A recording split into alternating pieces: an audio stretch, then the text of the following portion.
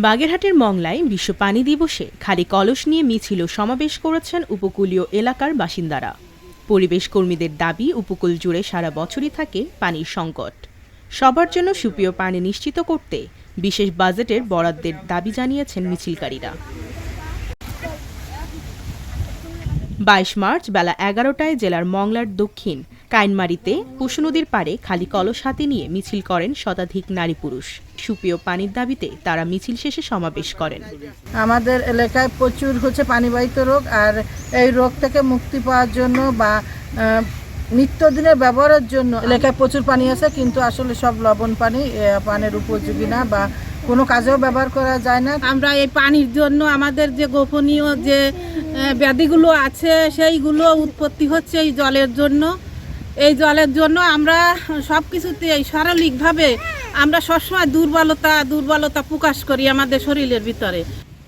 বক্তারা দাবি করেন ১.৫ কোটি মানুষ ভূগর্ভস্থ লবণাক্ত পানি পানে বাধ্য হচ্ছেন।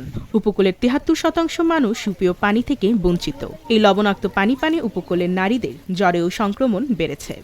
উপকূলীয় অঞ্চলের পানি সংকটাপন্ন এলাকা হিসেবে ঘোষণা দিয়ে জরুরি ভিত্তিতে সবার জন্য সুপেয় পানি নিশ্চিত করার দাবি জানান স্থানীয়রা। সুপেয় পানির অভাবে আমাদের নারী, শিশু সহ আমাদের সাধারণ মানুষের অসংখ্য ধরনের রোগে আক্রান্ত হয়। আমাদের পৌরসভায় কিছুটা পানির ব্যবস্থা থাকলেও কিন্তু গ্রামাঞ্চলে তা অপ্রতুল এবং গ্রামাঞ্চলে পানির অভাবে নানা ধরনের রোগ হয়। আমরা এই লবণাক্ত পানি দিয়ে কোনো কাজ করতে পারি না। আমাদের এদিকে যে পানির যে সমস্যা আছে, এই সমস্যার জন্য আমরা সরকারের কাছে জোরদার দাবি জানাই যেন আমাদের জন্য কিছু সুপেয় পানির ব্যবস্থা রাখে। সমগ্র উপকূলের মানুষ পানির জন্য হাহাকার করছেন। ২৫-২৬ অর্থ বছরে উপকূলের পানির জন্য বিশেষ বরাদ্দ দেওয়ার দাবি জানান এই পরিবেশ কর্মীরা। আমাদের চারিদিকে পানি থই থই করছে, কিন্তু আমাদের কোনো খাবার পানি নাই। আজকে উপকূলের ১৯ জেলার প্রায় ৩ কোটি মানুষ যারা আধারযোগ্য পানি সংগ্রহ করতে পারছে না।